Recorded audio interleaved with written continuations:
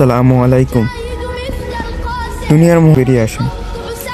আজকে আপনি মারা গেলে একটুখানি পরে আজকে আপনাকে মাটি দিয়ে আসবে, কবর দিয়ে আসবে। কি লাভ করে গাড়ি বাড়ি? এর থেকে ভালো হয় না যদি আপনি একটু নামাজ পড়তেন, একটু আল্লাহর কাছে হাত দিতেন, কতই না ভালো হতো।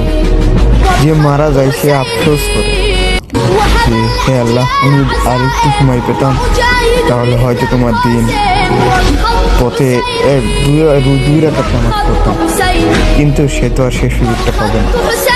তো আপনার আমার সেই সুযোগটা এখনো আছে। 5 ওয়াক্ত নামাজ পড়ুন, আল্লাহর পথে আসুন, জান্নাতের পথে আসুন। ধন্যবাদ। আজকে ভিডিওটি এই পর্যন্ত।